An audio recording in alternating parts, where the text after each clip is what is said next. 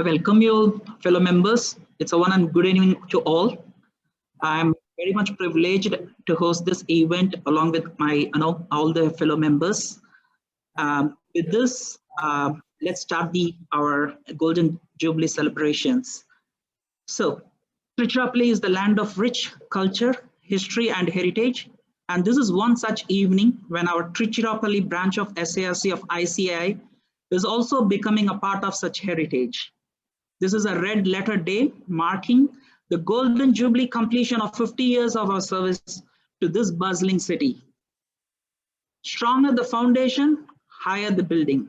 I repeat, stronger the foundation, higher the building. This is especially true for us as we are witnessing that our institute has grown from strength to strength over decades. Strongly built by our past committee members and by our fellow members of Tiruchirappalli ICAI. Though we keep cursing the pandemic, it has been a blessing in disguise in several walks of our life. The pandemic has brought us close in spite of geographical constraints. Though people follow social distancing within Tiruchirappalli, the distance between Tiruchirappalli and Delhi has shrunk so much that we have with us the President and the Vice President.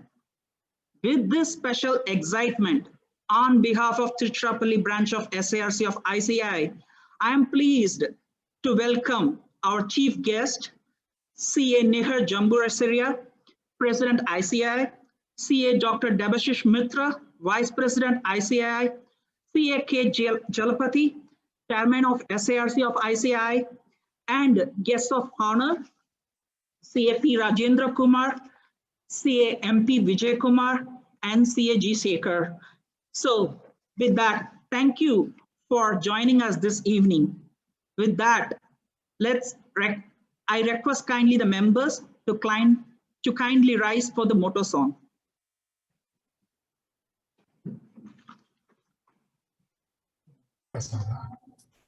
Start screen.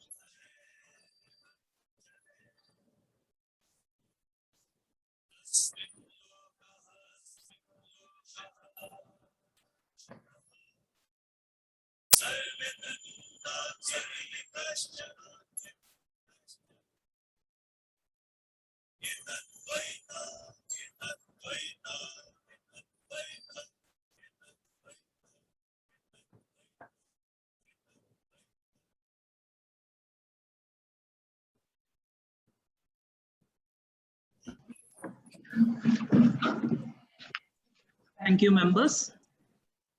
Now I request CA Arun Mahesh, Chairman of Tiruchirappalli branch of SARC of ICAI, to welcome the gathering. Yeah, thank you. So good evening to all the members of the CA fraternity. On behalf of my managing committee, I'm very happy in inviting you all for the Golden Jubilee celebrations. So I'm honored to welcome our President, CA Nihar N. Jamburasiria, Vice President, CA Dr. Debashish Mitra, SARC Chairman, CA K. Jalapati, Central Council members, CA G. Sekhar, CA P. Rajendra Kumar, and CA MP Vijay Kumar. On this gracious occasion, I'm very happy and privileged to have you all with our branch.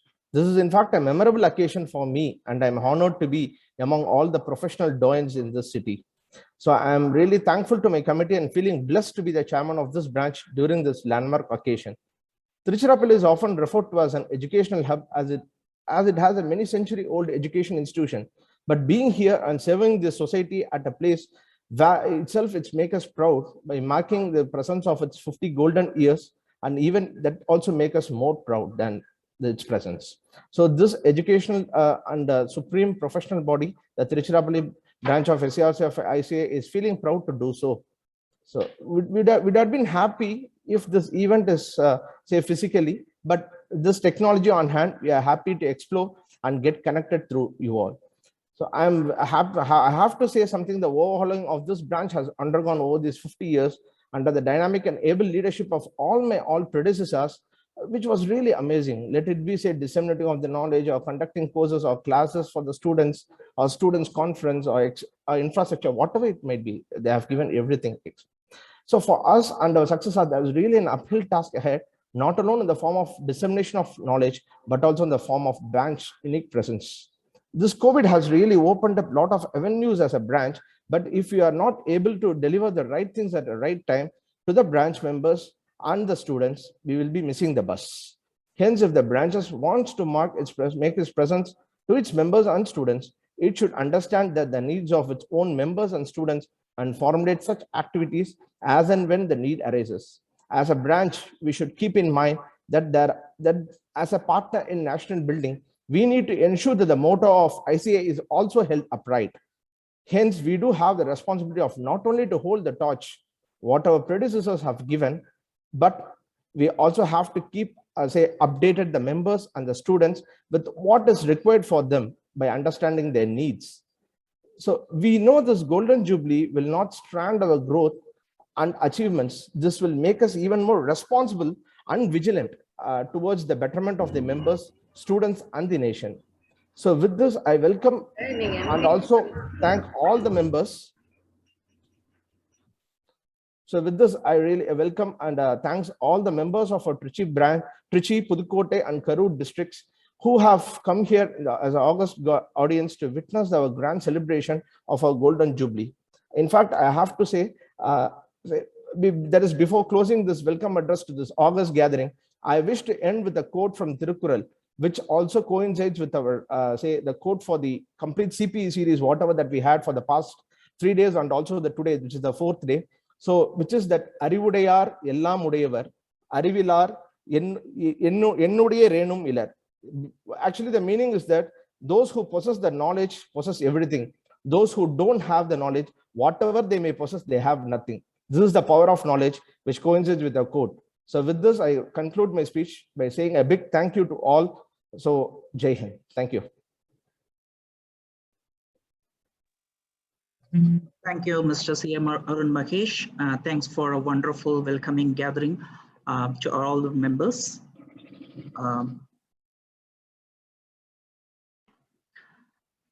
Great. A great leader is one who knows the way, goes the way, and shows the way. Our president has been one.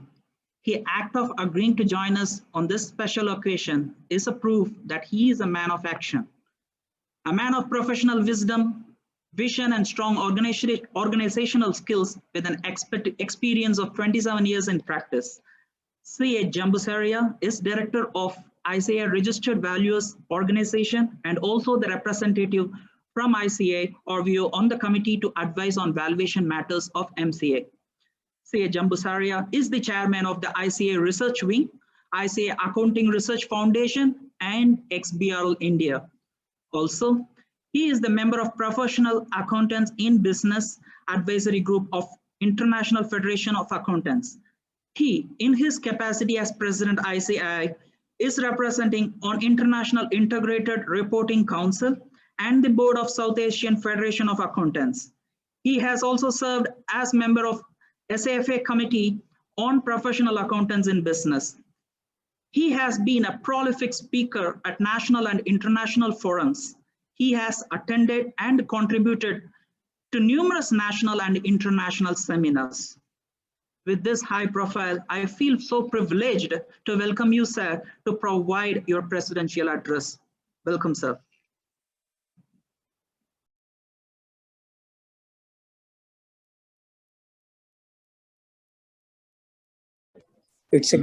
Thank you, and it's a great pleasure to join this Golden Jubilee celebration of Tiruchirappalli branch. And knowledge is power. The theme that you have selected, I think, speaks a lot about the current era, where without knowledge, accountant cannot really be successful.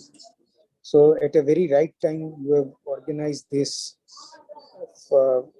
seminar, and I'm happy to be part of it. Wish you all the best for this conference, and I'm sure that you will achieve further heights in the future years. 50 years is a long period. I understand how the past chairman of the branch would have contributed and how members would have increased from year to year, and the branch would have grown from strength to strength. Once again, it's a pleasure. Wish you all the best. Thank you so much for inviting me. Today we are out at members in public service meeting, so I am unable to speak for a long time. I hope you will appreciate it. Thank you. Thank you. Thank you, sir. Thank you. Thank you, sir. Thank you. Thanks a lot. Thank you very much, sir. Now, it's to be introduced our Vice President. Our Vice President, who is soon to become WISE Vice President, is with us today. He is a man with great vigor and enthusiasm. He has been serving the accounting profession with us over 34 years. Dr. Mitra is also a law graduate and a qualified information systems auditor. With keen interest in academic research, he is a doctorate in the complex and intricate area of accounting standards and has been awarded PhD on the topic, a critical study of select Indian GAAP, US GAAP, and IFRS. An intense trainer, he is renowned for his interactive deliberations in IFRS and corporate laws. He has trained several officials of many corporate and non-corporate entities, as well as central and state government organizations. He has served as an active member of several prestigious boards, forums, and institutions. He also represented ICA in Uday Kotak Committee on Corporate Governance set up by SEBI, as well as the committee set up by the Ministry of Corporate Affairs for revision in Cairo. On international front, he was the chairman of Committee on Education, Training, and CPD of South Asian Federation of Accountants. Dr. Mitra has held several key positions in the ICI, chairman, Board of Studies of ICI, director, Accounting Research Foundation, Auditing and Assurance Board. He also held key positions as former chairman of the ARC-ICI and former national president of the Institute of Internal Auditors. Now, I feel honored to welcome you, sir, to provide your valuable special address. Thank you, sir. Welcome. Thank you very much. I hope you can hear me. Yeah, you can hear me, right? Okay. Good evening, everybody. And to the Honorable President of the Institute of Chartered Accountants of India, Neha Jambusaria, who is sitting next to me. You see, we have both come to attend a meeting of Committee for Members in Public Service. And you see, to the chairman of this great branch, Tiruchirappalli branch, which is going to celebrate its 50 years, celebrating its 50 years. Hearty congratulations to all members of this branch. To the chairman of SIRC, K. Jalapati, who I believe is also there, and to my council colleagues and all gems, let me tell you, in the profession, MP Vijay Kumar, great with accounting standards, Rajendra Kumar, excellent with GST, and G. Shekhar, I consider him as my chairman because I was the vice chairman of Audit and Assurance Standards Board when G. Shekhar was the chairman of Audit and Assurance Standards Board, and all the other dignitaries. You see, I come from a branch myself and can understand the happiness and the great sense of pride that you feel on celebrating your Golden Jubilee. I heard the chairman speak, and he was speaking about being a partner in nation building. And you see, he was speaking about the legacy of the branch, that the branch has disseminated knowledge over the period of 50 years of its existence. I think, branches like that of yours make the Institute of Chartered Accountants of India. You are one of the 164th glittering branches of the Institute in India.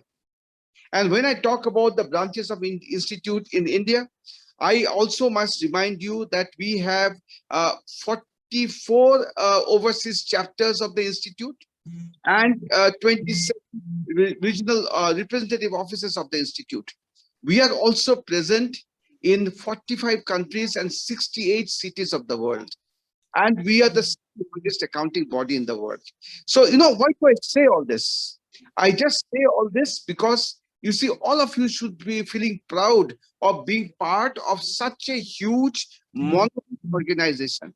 It is not only an Indian body, but it is a global body. And that is what we are trying to, ensure that it grows, flowers, and makes all of us feel proud. But today, let me say that how proud I am of the kind of achievements that this branch has attained over the period of 50 years. It has served the members and students with great distinction. And when the branch chairman talks about being a partner in nation building, I have no doubt that your thoughts are in the right direction. You have got three very eminent council members with you. And I have no doubt that you will listen to them and try to implement the kind of wisdom and thoughts that they have. Innovation, let me tell you, is very important for us at this present moment. And when I talk about innovation, I mean that facing the challenges because of technological changes. Technology could be a disruptor and could be an enabler. The Institute is trying to see that the membership is prepared to face the consequences of the technological disruptions that has already come and expected to come. Artificial intelligence, blockchain, data analytics, cyber security are very important words.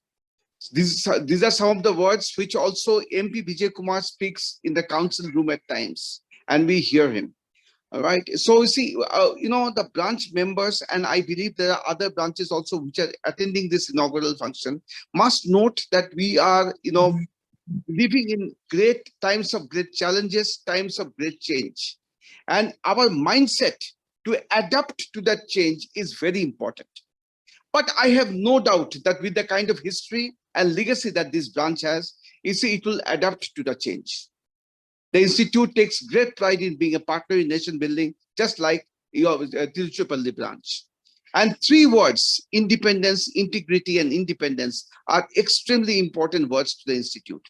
I hope that the branch will ensure that the flag of the branch, the Institute, and the profession is kept flying very high with the kind of deeds that the branch will endeavor to perform in the future. Once again, I wish the branch great success in all its future endeavors. Thank you.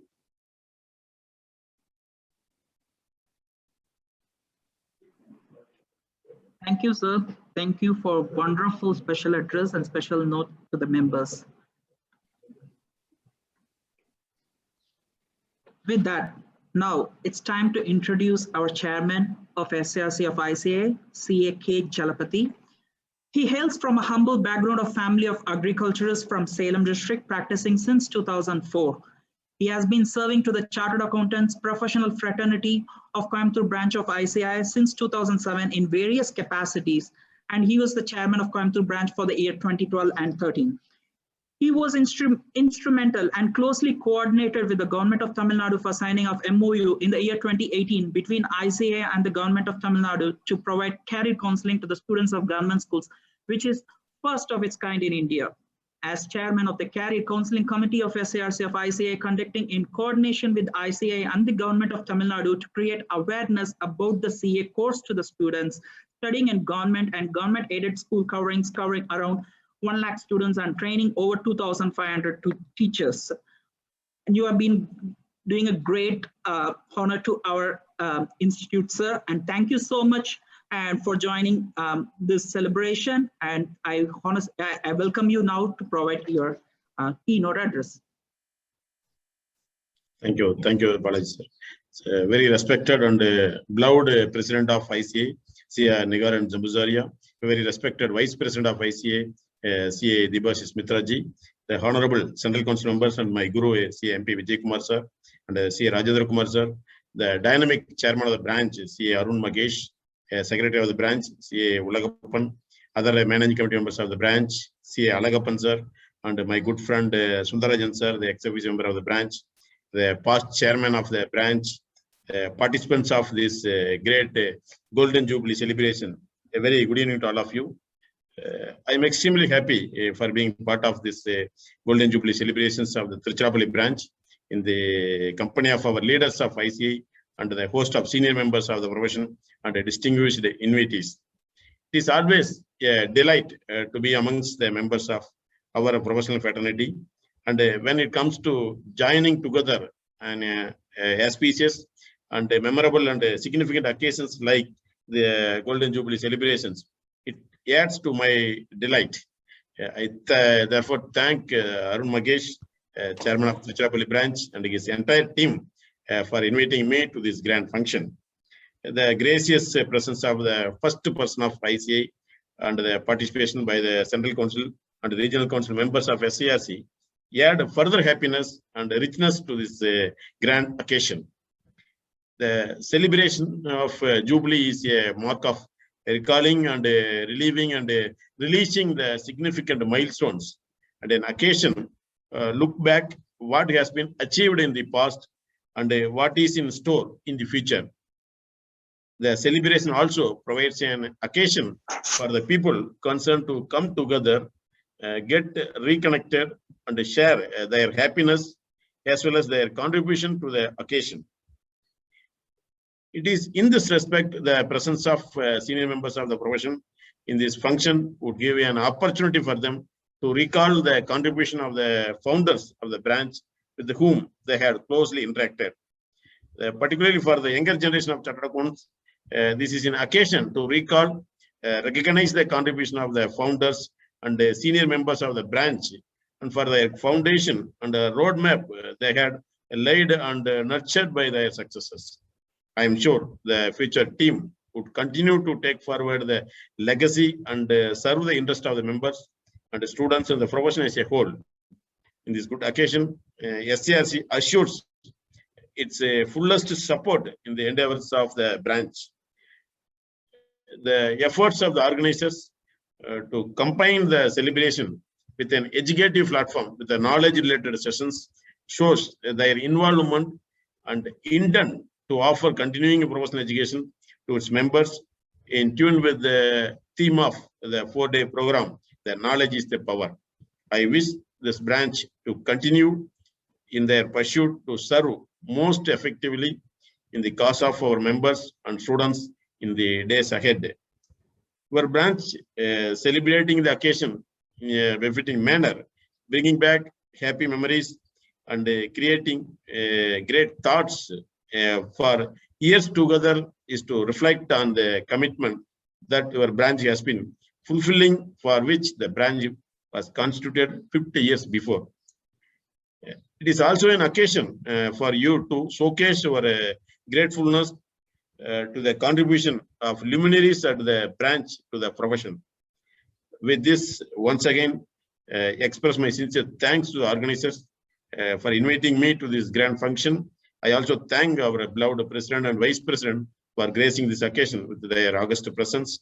I take this opportunity to request the branch to showcase our contribution to the society under the guidance of senior members by having more and more programs benefiting the members, students, and the society at large.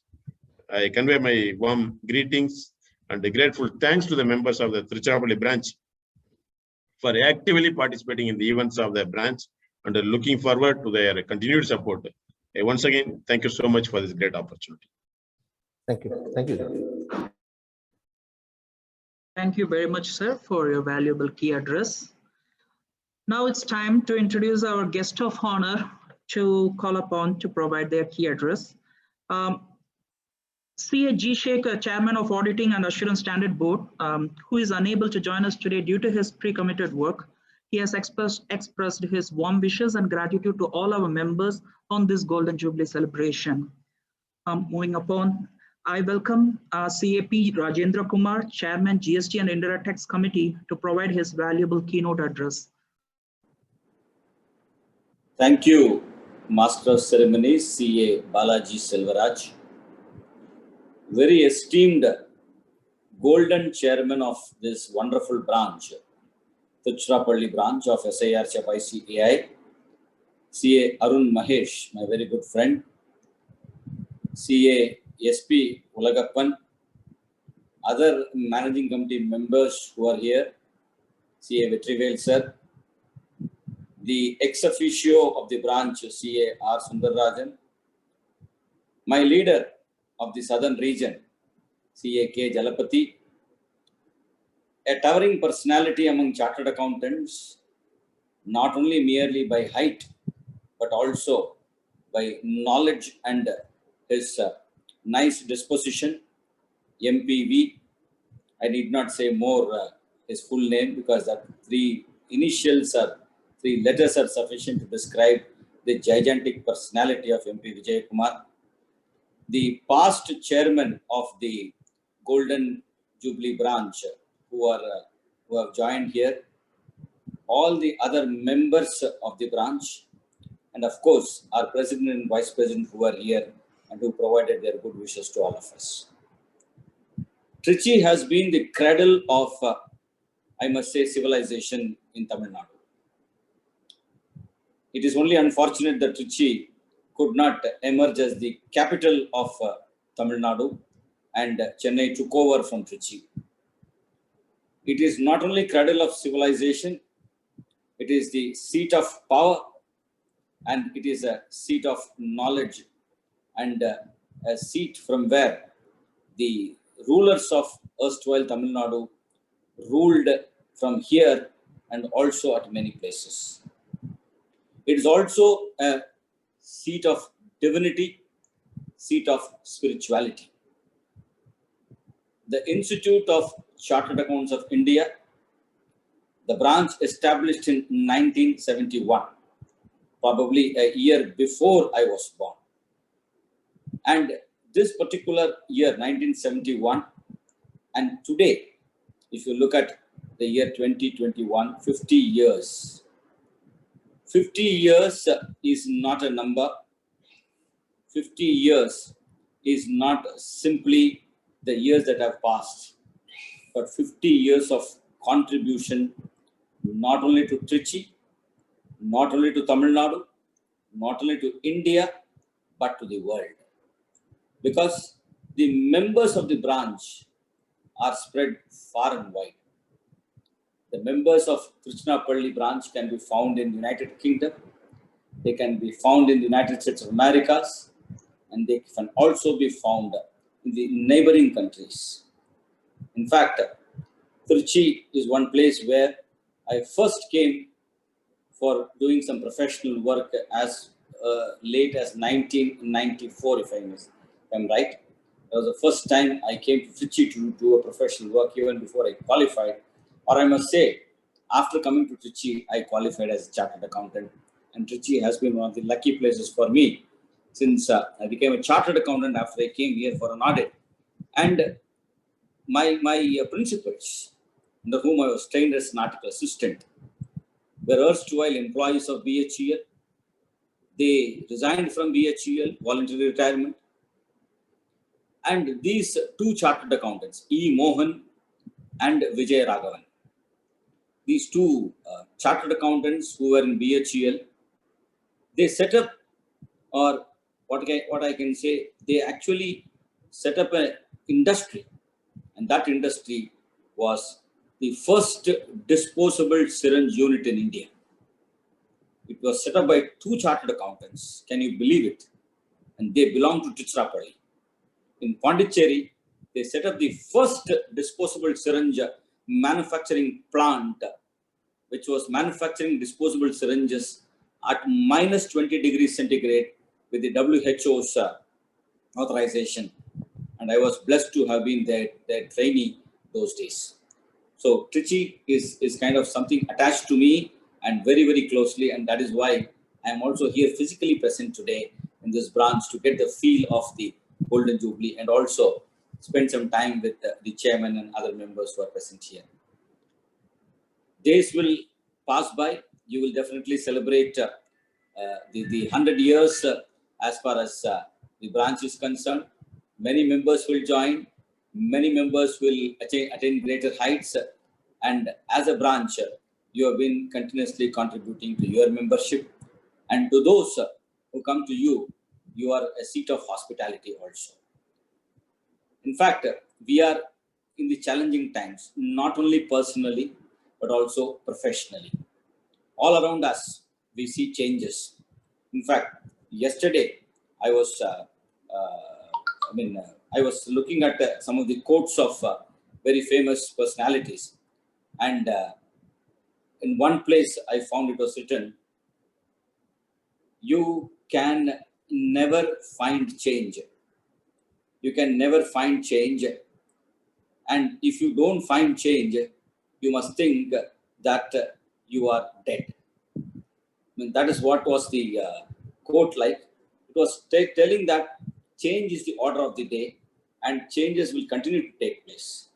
In fact, our MP Vijay Kumar sir, I know from the times he has been specializing in accounting standards, and today the Ind AS, the IFRS, and all of you must be proud to know that he has been appointed in the accounting standards body IFRIC of the International Federation of Accountants, one of the only Indians to have been appointed to that coveted position, not because he's Central Council member. See, what happens is people think that someone is appointed to a post because he's a Central Council member.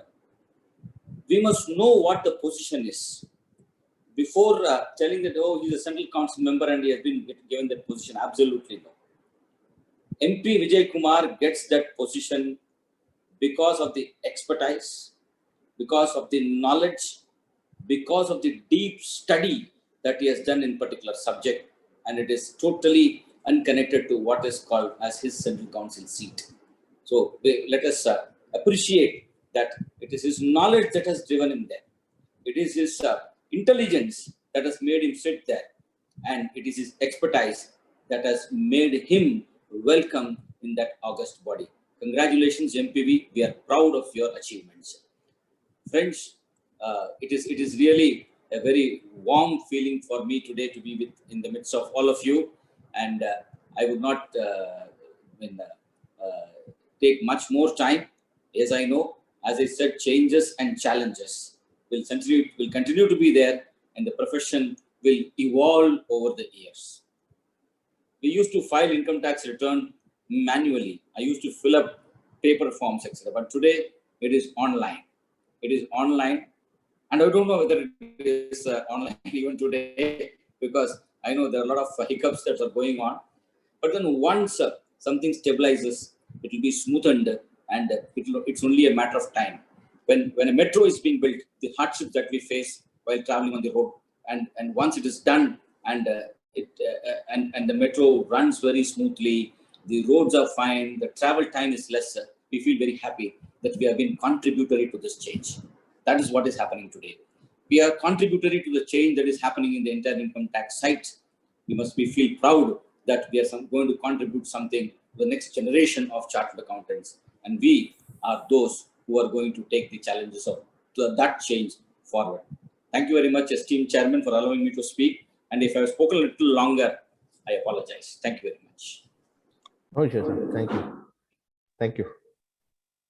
Thank you very much, sir. Now it's time to welcome CA MP Vijay Kumar, Chairman of Accounting Standards Board Committee, also member of IFRS Interpretation Committee, to kindly provide your valuable keynote address, sir. I welcome you now. Thank you, Balaji. Thanks, RK, for that very generous and kind words. Sincerely obliged.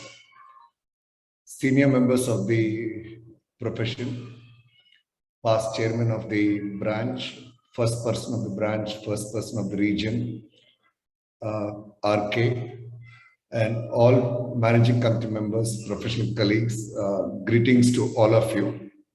Trust all of you are safe and your near and dear ones in good health. My sincere thanks to Arun and the managing committee for the invite. Hearty congratulations to the members of the Tiruchirappalli branch on the occasion of the Golden Jubilee of the founding day of the branch. All of us are happy that in this half a century of journey, the experience of the branch has been exceptionally good. In particular, the contribution of intellectuals, as was highlighted by RK from Tiruchirappalli branch, towards growth of the profession has been immense. As Vice President was also mentioning, sincere respects to all the past chairmen and managing committee members of branch who have built the branch brick by brick over the 50 years and built the profession very strongly in the region. As RK was sharing, the members in the region are extremely knowledgeable and very professional. The challenges faced by the audit profession are on the upswing. Complexity in audit function is glaring. Technical excellence and skill set requirements are also becoming sharp and acutely sensitive. There is a need for attest functionaries to be better equipped in many areas relating to audit. These include cyber security, information systems, forensic, etc., and keeping abreast of the changing economic environment. This need is more real than apparent. Let us make concerted efforts at facing this successfully.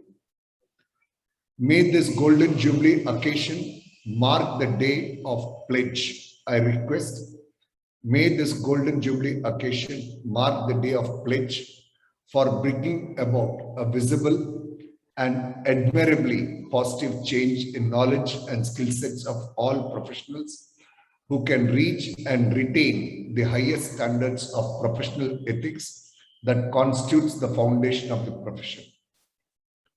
I share with you what our founder president, late Sri G.P. Kapadia, for whom my admiration year after year only keeps increasing. His words back in 1950 hold good even today. To quote, "The chartered accountant is a person on whom every member of society could rely and rely strongly.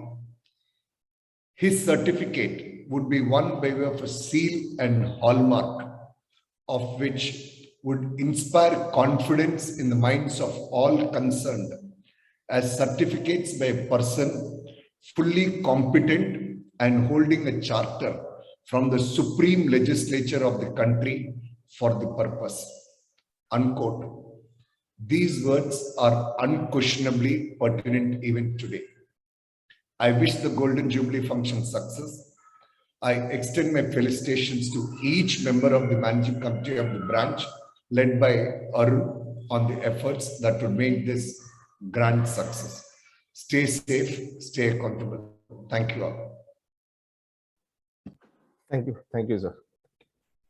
Thank you very much, sir, for valuable key address note. With that, now I welcome our CA Sundararajan to provide a short speech, who is an ex-officio member Tiruchirappalli of SARC of ICI.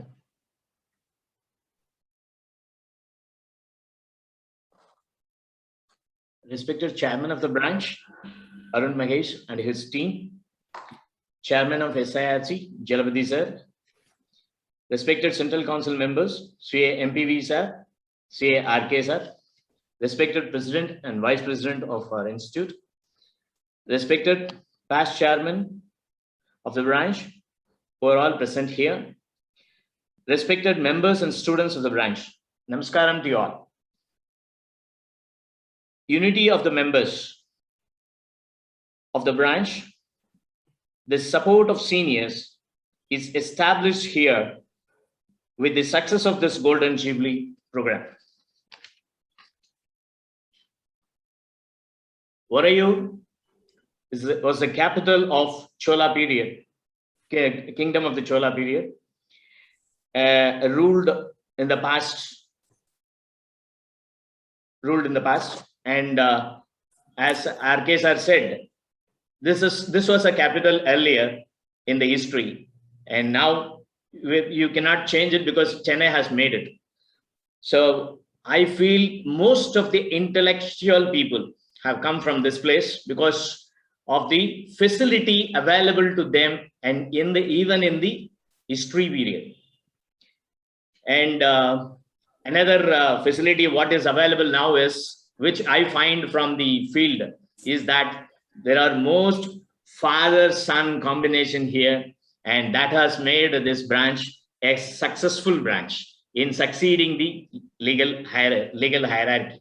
I think that has made a great thing here, and that is very successful in our in the profession. And so we can avoid this discussion of what is the plan you have for the succession.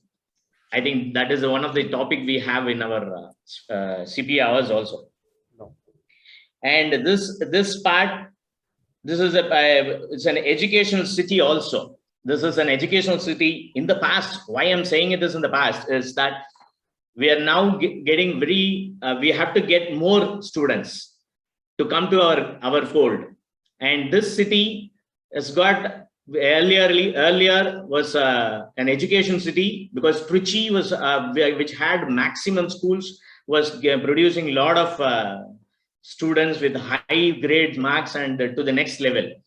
But now it has been transferred to Tirunelveli and other cities, even for that matter, Namakkal and other areas. So we require more students from this city to the institute, so that our institute can grow so well.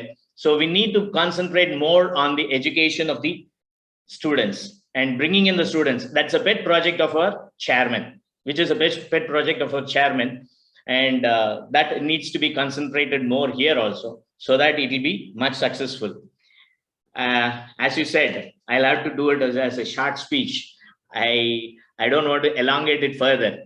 I wish all the branch members and the students and the entire team to celebrate a grand success, to celebrate centenary celebrations, centenary functions. Yeah, you all have to be blessed with that, and I don't know whether I'll be there for that. So I thank you for all the people who have given me this opportunity to participate in this great function. And as a member of the as a student, I was in Trichy as a student. I studied here only, so I think I know I understand the most of the places and positions. And I thank you all for the opportunity given. Thank you. Thank you, sir. Thank you very much, sir. With that, and I once again thank all the chief guest and guest of honor for a wonderful keynote address, which enriches us, and thank you for making it more detailed. And I hope everyone enjoyed those keynote address. With that, we are going to witness now a breathtaking audiovisual that talks about our 50 years of journey.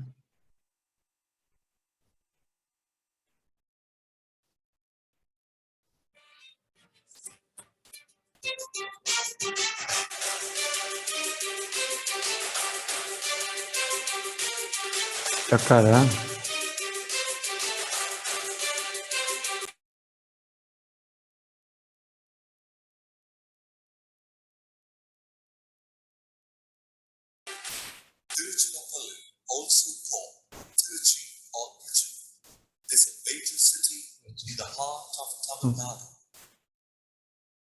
The city is credited with being the best livable city and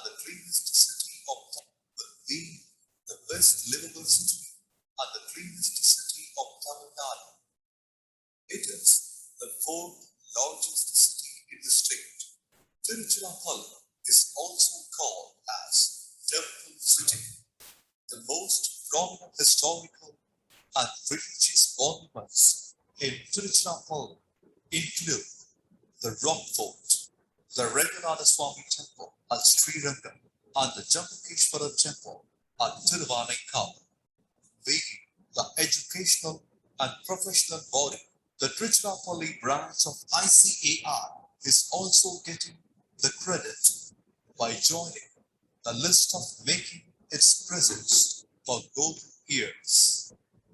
The Trichinopoly branch of ICAR is feeling proud on the completion of its 50th anniversary this year, 2021.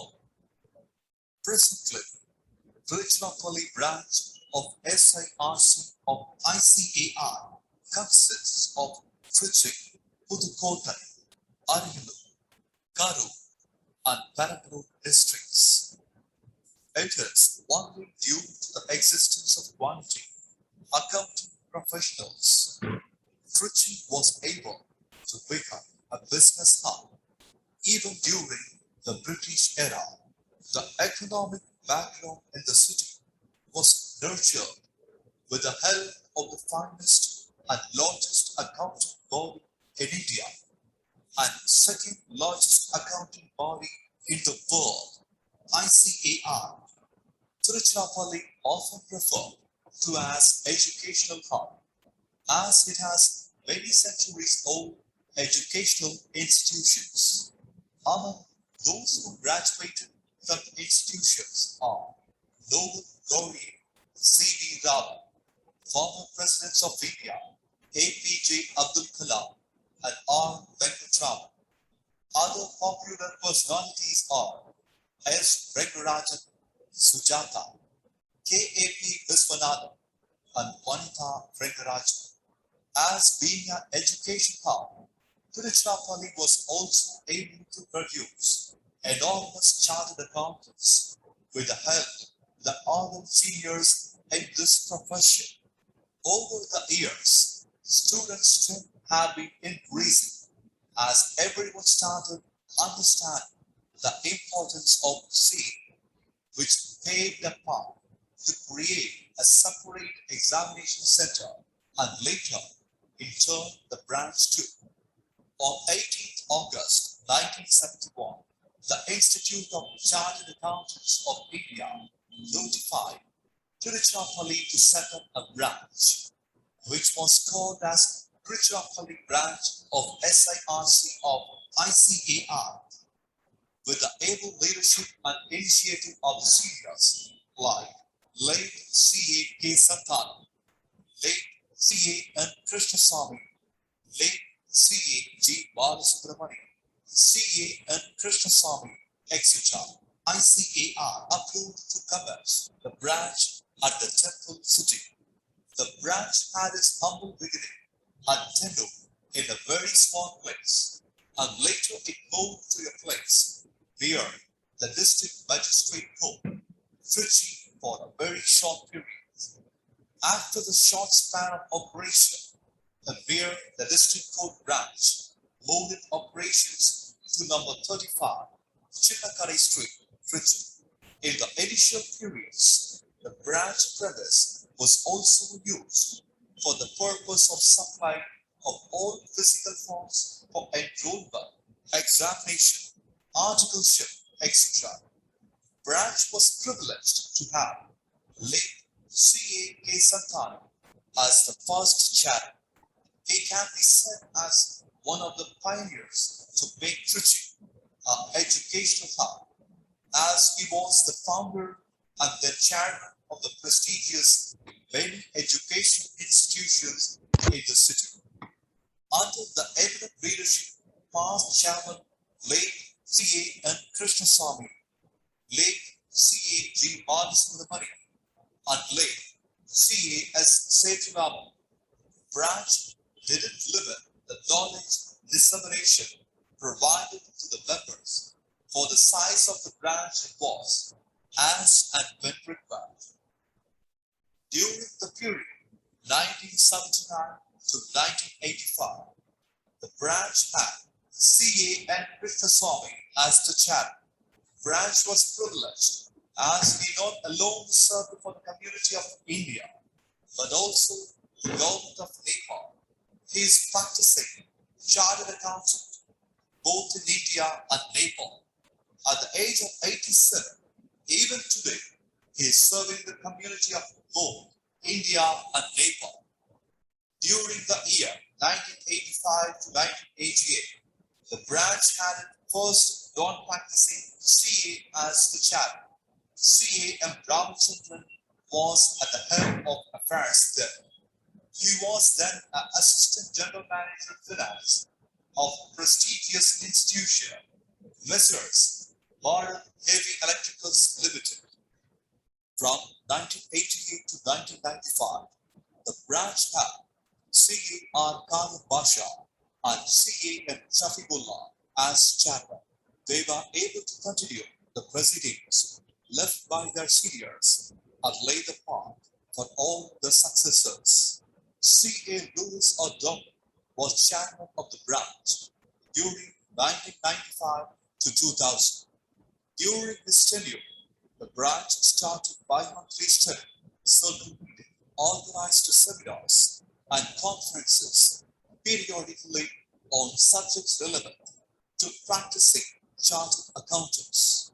The branch also published a 4-page monthly newsletter.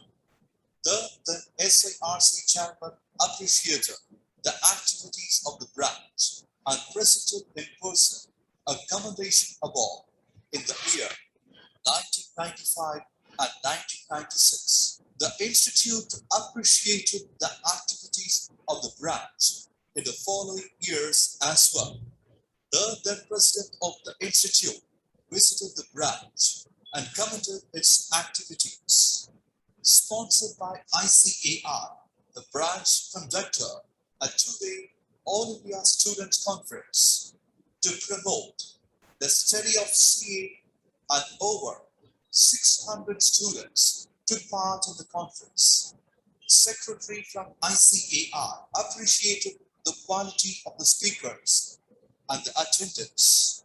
Since 1995, the branch has made efforts to have a presence of its own, by holding regular study circle meetings and many conferences. The long dream to have our own premises came true during this period, and the team of then office bearers takes the credit. The branch received contributions from the business community through advertisements in the 7-year law tout. In the 7-year law tout for a regional conference at Trichy, the branch also received a substantial contribution from late C.A. K. Santana, committee members, and from other members. In short, during the 6 years, the branch always remained active in all areas concerning the profession. Branch was presented the active branch of Sikasa at the regional conference held at Hyderabad. Under the leadership of C.A. S. Stevenson, branch started conducting regular CPE seminars on taxation, IT audits, etc. Branch conducted seminars by calling upon eminent speakers all around the country, who then went on to become even president of ICAR. When systems audit was introduced by ICAR, branch took immediate steps to conduct weekend classes on the systems audit, which happened to be first in whole of India. It didn't stop in just initiating the weekend classes, but when there was no structural material branch and its committee members, with the help of the professional design, has structured the material. Faculties for the course were from our own faculty and engineering professionals, wherein handful of members attended the course and got benefited. Later, the faculties who trained the Trichy members went on to train the members all over the country. Under the leadership of C.A. Alapappa, in the year 2006, branch started information technology training for the students. Even till date, branch has been able to conduct the information technology training at its full strength. Branch has its dedicated faculty for the same, who is available all the time for the student. In the year 2004, under the leadership of C.A. Ron John Thomas as Sikasa chairman and C. Alagipan as the chairman, the branch was able to get the Best Branch Award under Sikasa category at the SIRC conference held at Visakhapatnam. Branch commenced coaching classes for the students at a very dominant rate with a prime motive of disseminating the knowledge. Even today, Branch is able to continue the same and maintain the standard. Branch conducted students' conference in the year 2008 under the leadership of C.A. Alagipan as the chairman of the branch and C. Bulagapan as the Sikasa chairman, where eminent speakers deliver their lectures to the students. Branch was able to reach its pinnacle by acquiring its own land with living with all amenities like car parking, conference hall, open area meeting place, etc. This happened in the year 2010 under the eminent leadership of C.A. V. Jayaraman. Branch conducted seminars for members, students in the area of auditing, taxation, IT controls, etc. All members were kept updated on these areas in order to ensure that they need not go to metro cities to gather knowledge. During the tenure of C.A. V. Jayaraman, Branch started conducting orientation for the CA inter aspirants, considering the logistical difficulties faced by the students. Branch was able to get a chamber at the Income Tax Department premises, Trichapalli under the leadership of C.A. V. Jayaraman, which had a grand opening. The opening ceremony was presided by the Chief Commissioner of Income Tax, Mr. S. Santhamarikandan Ayalas. In the year 2015, Branch conducted first ever sub-regional conference at Hotel Sangam. It was received well among the members, wherein around 600 members in and around the city participated and enriched their knowledge. The branch and its members were privileged to receive eminent faculties in the profession as speakers from the whole of India. In the same year 2015, Trichy branch conducted a joint students' conference with Salem branch under the able leadership of C.A. V. Jayaraman as chairman and C.A. M. Parthiman as Sikasa chairman. In the year 2016, branch witnessed a group of members who took over the charge of the managing committee with the vision to take the branch to the next level from what their predecessors achieved. With C.A. Naresh Kumar G.R.'s initiation, branch had 10 leaders: C.T. Harappan Chetty, C. Karthik Ulagappan, and C.A. G. Girish. Under the leadership of C.T. Harappan Chetty as the chairman and C. G. Girish as the Sikasa chairman, branch started understanding the needs of C aspirants and started conducting crash courses for them. Branch was able to conduct CPE seminars, post qualification courses, workshop, etc. for the members. C.A. Karthik Ulagappan became the chairman in the year 2020. Branch created history to have an youngest member as the chairman and first from Pudukkottai. During that tenure, they created opportunity for so many first-time CPE speakers in and around Trichy on several technical topics. During the year 2017, when GST was introduced, the branch conducted series of GST programs for the benefit of members as well as businessmen and students. During that term, 2016 to 2019, branch witnessed a bunch of 8 members who were given opportunities and participated in all the events held at branch. Branch also started conducting advanced NCS course for the benefit of the students who were to appear for the final examination. In the year 2019, Branch witnessed a new team under the guidance of CA Mulagappan, who himself was elected chairman that year. During his tenure as the chairman, overhauling of the branch happened in terms of ITT center, students' classroom, study room, etc. Branch conducted a mega career counseling in the year 2019 for the students at Jamal Mohammed College, Trichy, which was attended by more than 300 CA aspirants.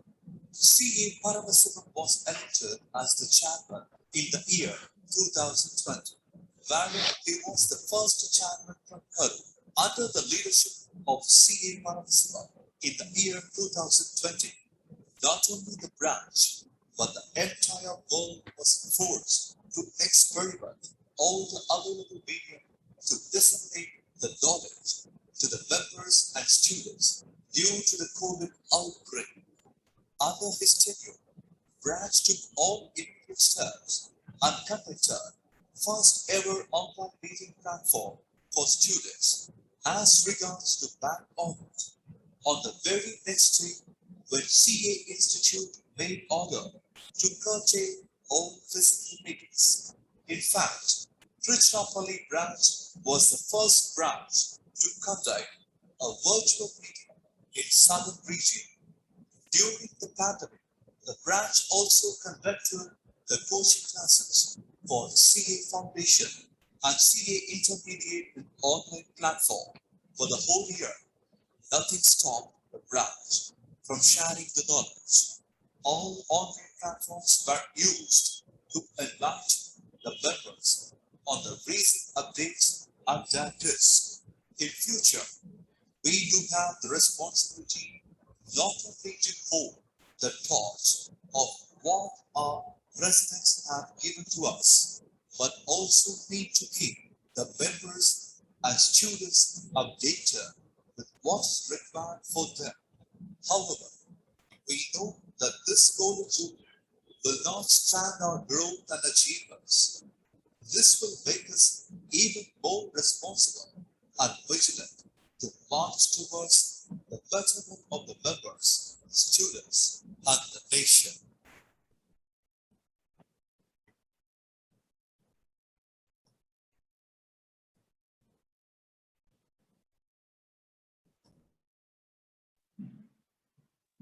I hope the members enjoy this AV, witnessing the remarkable, memorable journey of our branch. In similar way, we are going to witness another breathtaking AV of honoring the pillars, past chairman and committee members of our branch, without whom those smooth journey would have been impossible. Let's take a look.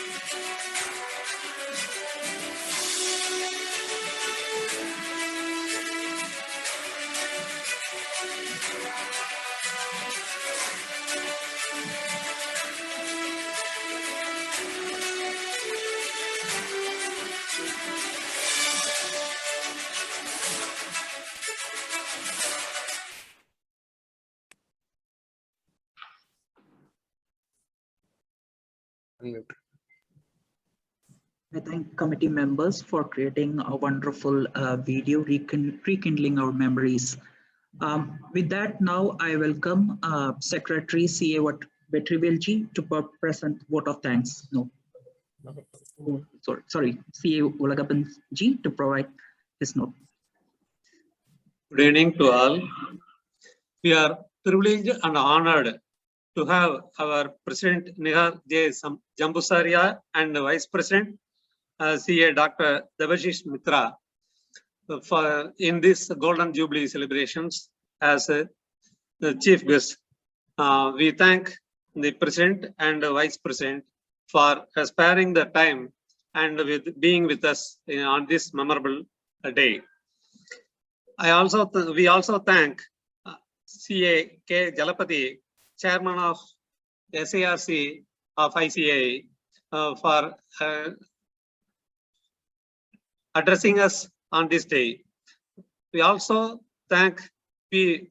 Rajendra Kumar, Central Council member and the Chairman of GST and Indirect Taxes Committee, who is very well known to our branch members, as he has conducted many classes on GST at this branch. We thank you, sir. We also thank CA MP Vijay Kumar, Central Council member, Chairman and Chairman Accountancy Standards Board, for addressing us and being with us.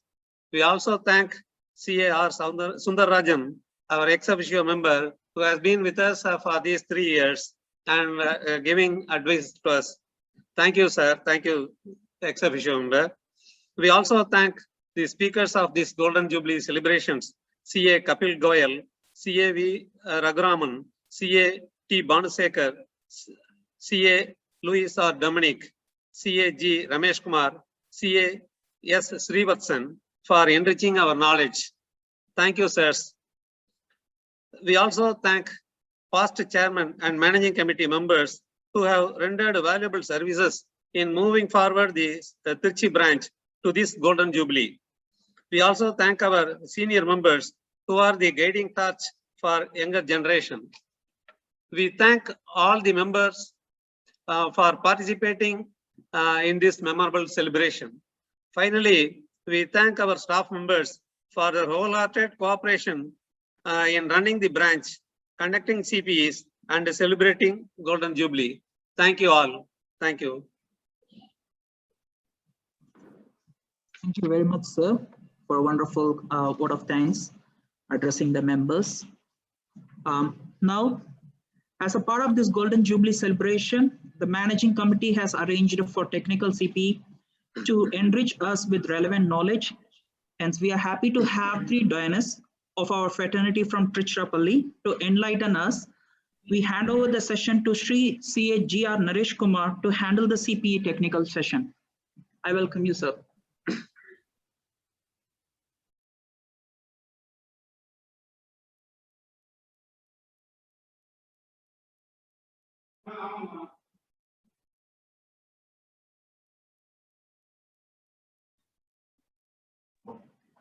I request all the members to please wait for 2 more minutes.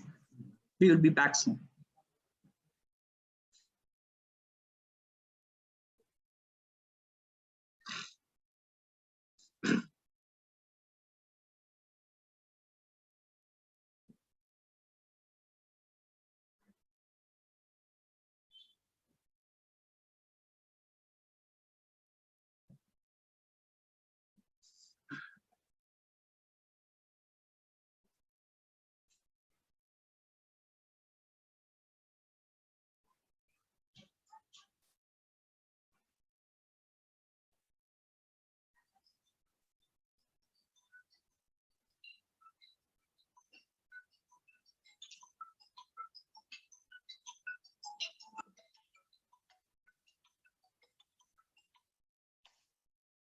Hello.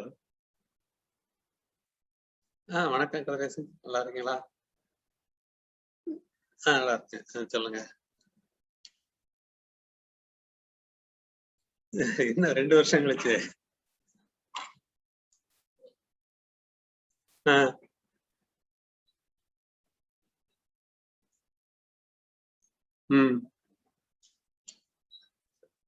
சரி. கொஞ்சம் mute.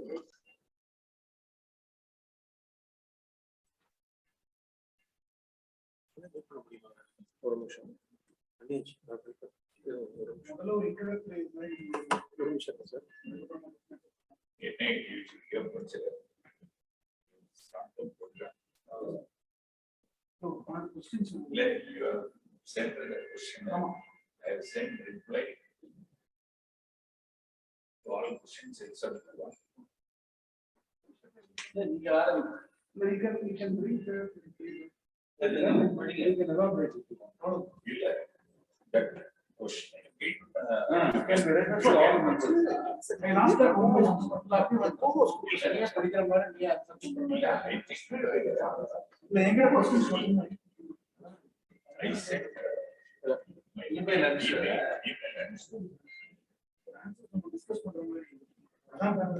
Okay. Sir அப்படியே நீங்க அதே விஷயத்தை அப்படியே explain போறேன்னு சொல்லி பண்ணிடலாம் சார். இல்ல we will bring the அதோட கொண்டு வந்துறோம் சார். பிரிண்ட் எடுத்து இல்ல அவருடைய क्वेश्चन ஆன்சர் பண்ணிடுவா. yes answer.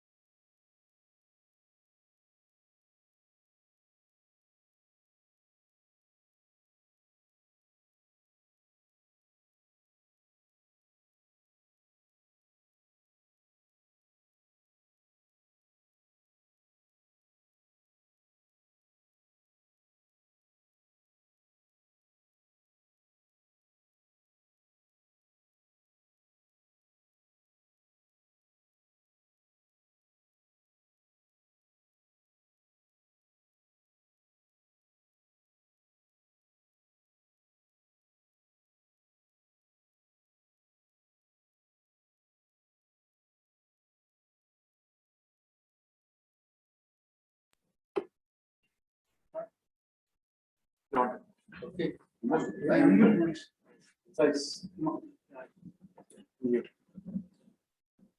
evening, members.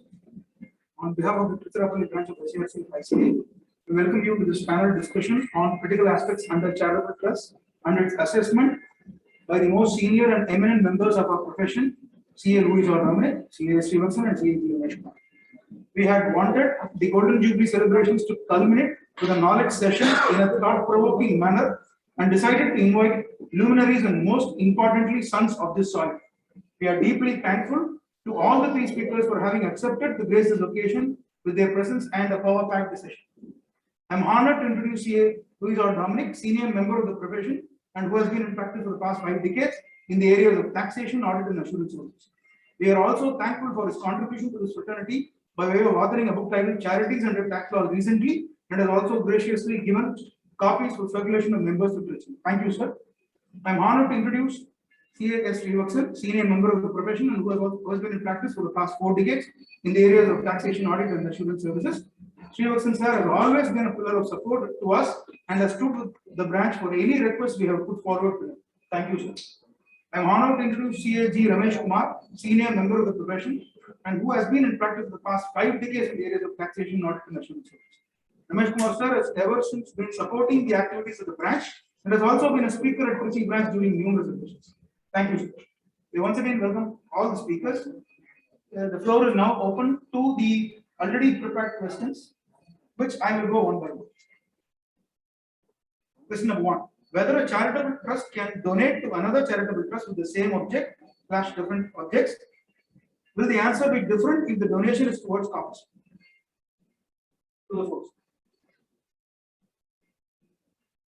Before I answer the question, I appreciate the theme of this Golden Jubilee celebration. That is, knowledge is power. Francis Bacon defined the knowledge that knowledge is giving acquaintance with the everything that can broaden, deepen, strengthen, and sharpen the mind. He also added knowledge that does not generate achievement is unworthy of mankind. This he wrote in his book, The Praise of Knowledge, published in 1592. And with that, I will come to the question whether a trust registered under the Act can donate to another trust registered under the Act, or an institution approved under Section 1023C.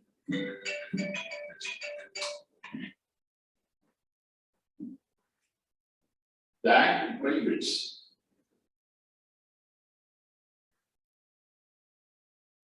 such transfers for logical reasons.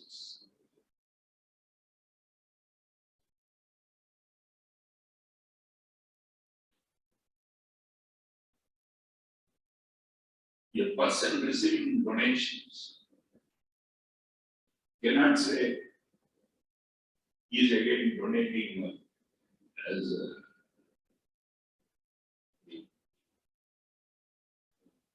state minister explained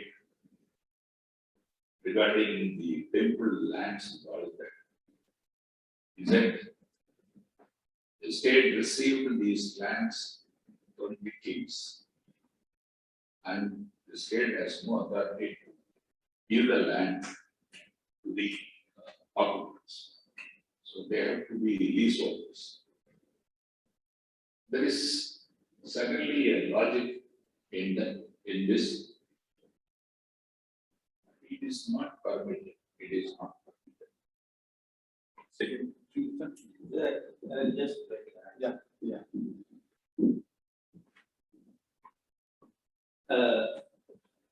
Due respect to Mr. Dominic, I have a different view. The trust can still donate to another trust having a similar object, and it is permitted. Only thing what is prohibited is if it is for a corpus. The corpus donation will not be allowed as an application in the hands of the trust. That is the amendment which has come into force recently, and the corpus donation will not be admitted as an application for the donor trust. The receiving trust can take it as a corpus donation. The reason is not far to seek. The person donates to the corpus, he takes it as an application.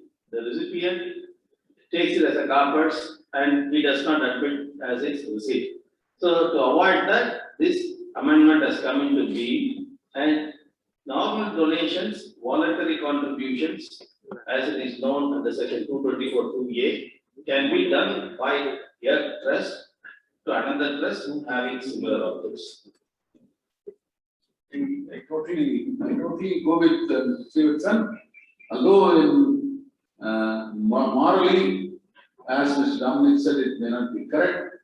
Statute permits if it is trust with similar objects. Thank you. The second question, will the voluntary contribution received towards a specific and non-specific purpose be included as income, and whether 85% utilization will be applicable for the citizens? See, voluntary contribution is an income to any trust. That is, that comes under the income includes voluntary contributions. And if it is simple contribution, it is deemed to be part of the current income and should be applied over 85%. If it is towards purpose, then that money doesn't get into the income, may not be spent on charity, but it should be invested in any form or mode prescribed under section 11. That is all. Otherwise, it is not income. can we proceed to the next question, sir? Yes, I think so. Sir, you want to know that?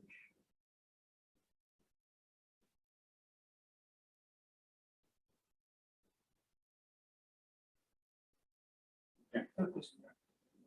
The next question is whether a trust can do business. A trust as such cannot start a business. The author will creating or establishing the trust can transfer a business undertaking to a trust as corpus, subject to the provisions of section 60 to 63. A trust as such cannot start a business of its own because the trust is formed for charity. It cannot be business. If a business comes with a corpus, then it is covered in the section 11(4). There may be some activity of a trust which may become business ancillary in carrying on the objects of the trust. Only this question is raised mainly to cover for the sustenance of the activity or for the overheads of the trust. So that is why this question comes. It is not going to run a business per se, but it is only going to run for the benefit of the society or a particular section of the society to whom the trust wants to cater to. So as the voluntary contributions part is not there all the time, so that is where this question is. Yes, see, the trust can do business provided it comes along with the corpus, not otherwise. If the objects in the carrying of the objects, it results in selling some articles or things, and it cannot be strictly termed as business. And, such activity is covered under subsection 4A, 11(4)A. Can I amplify on this? Yeah, I have got a lot of achieving. So please go ahead. See, the whole view of my senior is based on the foundation with which a trust is formed. Now the question is the trust vis-a-vis the Income Tax Act. So we have to read that both together. There is a circular issued by the Central Board of Direct Taxes, number 11 of 2008. See, if you go to section 2, bracket 15, subsection 15, it contains 4 classes originally of what constitute charitable purpose. That is relief of poor, education, medical relief, any other object of general public utility. There is a provision coming at the bottom with a restrictive covenant that you should not carry on a business beneath the 4th class of 215.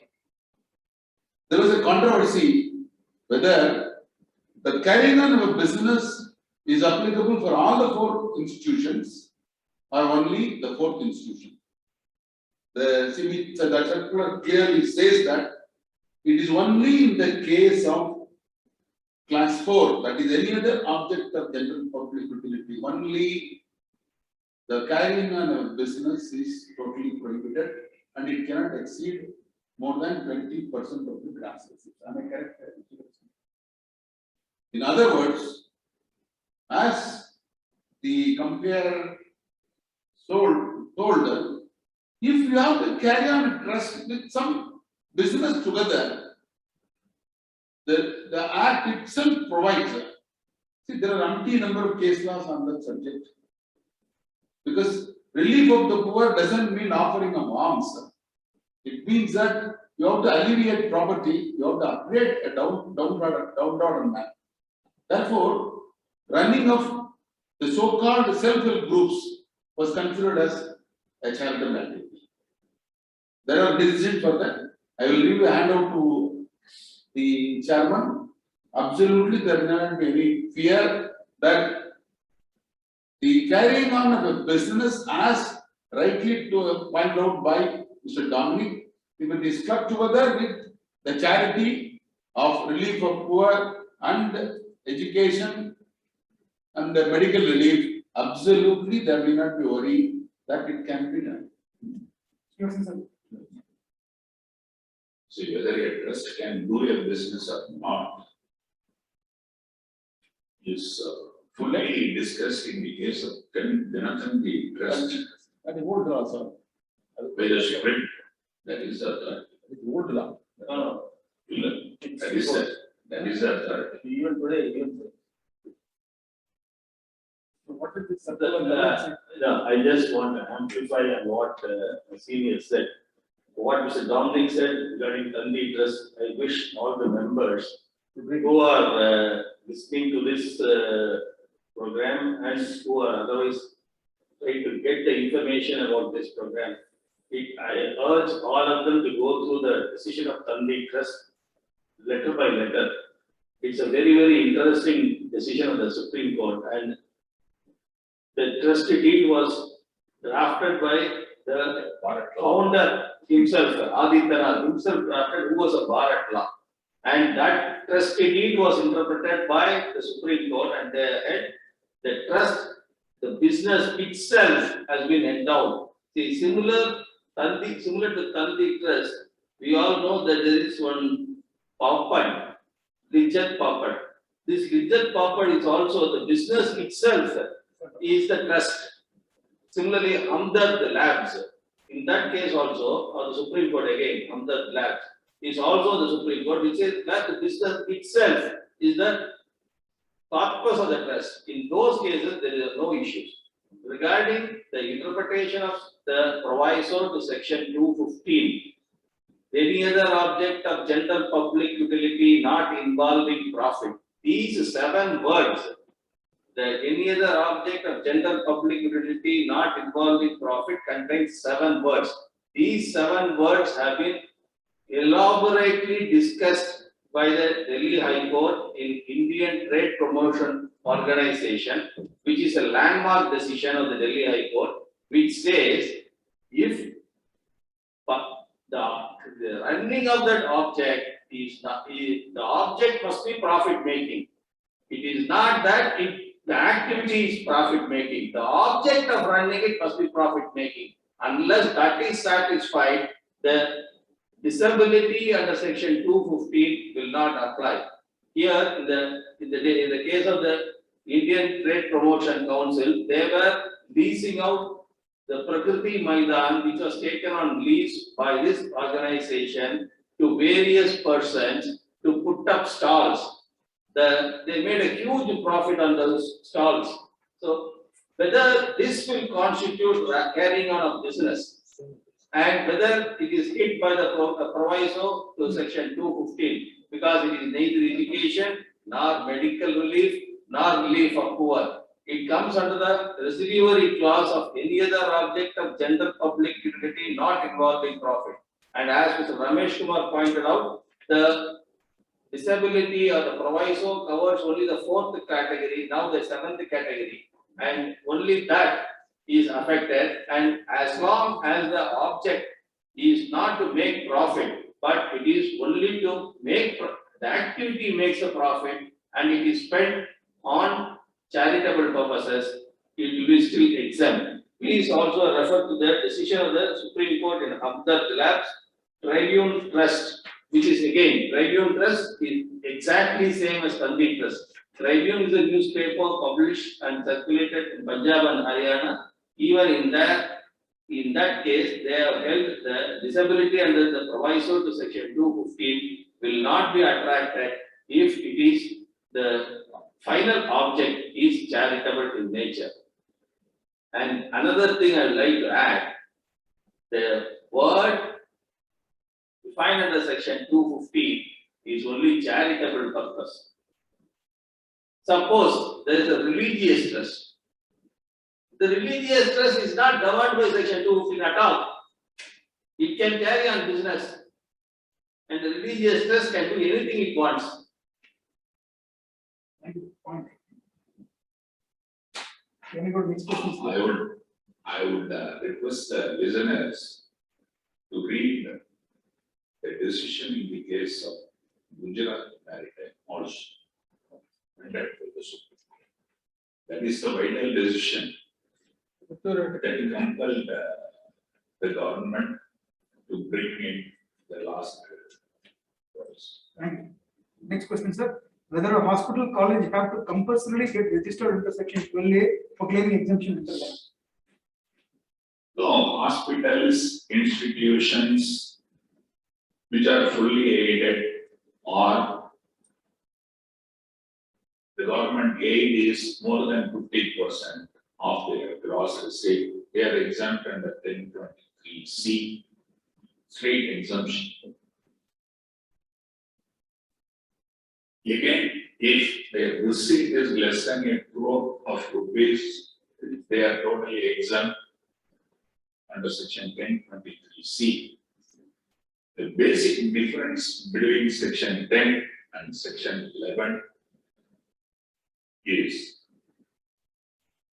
section 10 exempts the income, whereas section 11 exclude the portion of the income which had been applied for a charitable purpose from the total income. So, if the trust, if the institution, hospital or school come within 1023C, they need not be registered. They get the exemption, automatic exemption is automatic. If they are not Provide the fact that within, they are not falling within section 1023C, then they must be registered under 12A or 12A or 12AB now to get the exemption. Sir, do you have anything else to add on this, sir? The present form says even 1023C, it's only the form, it cannot bind. What I fully agree with. The form doesn't bind the act, it is subservient. Yes. Can we go on to the next question? Question number 5. Application of income means expenditure solely attributable to charitable or religious activities. So whether indirect expenses can be considered as application. Well, if you carry on an activity, there will be certain amount of administrative and other overheads. So you have to compute the income in a commercial sense. Therefore, the allowability of that overheads is out of question. It should be allowed. Do we have any other view on this? First, you have to tell me what is the indirect expense. You are just saying an indirect expense. What is the authority? How indirect it is? Administrative expenses. No, the answer depends on what is that indirect expenditure. Unless we know whether it is what the nature of the indirect expense. So broadly, administrative overheads as If it is, if we understand that to be an administrative overhead expenditure, definitely it will be Only exclusively incurred for the purpose of business.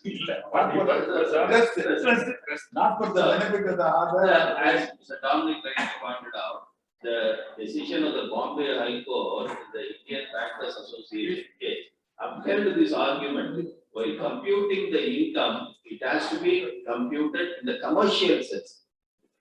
First and foremost, it has to be computed in the commercial sense. That is why they said depreciation is allowed. Whether you take it as an application, the fixed asset as an application, notwithstanding that depreciation has to be allowed because the income has to be computed commercially. Similarly, I just try to add a rider on that specific donation, non-specific donation. The accounting standards definitely provide whenever there is a specific donation, it has to be kept separately and the income derived therefrom should be applied only for that purpose. So it cannot become part of the gross receipts by any stretch of imagination. Accounting standards, though not fully relevant to the Income Tax Act, it is still relevant for determining whether it is part of the gross receipts or not. As far as trusts are concerned, the courts decide the accounting standard. Not the institute. As far as the courts are concerned, what is received, what is spent on that. That's all. See, if you take the definition of the income, that is different. It cannot be equated to the income that is presumed under section 11.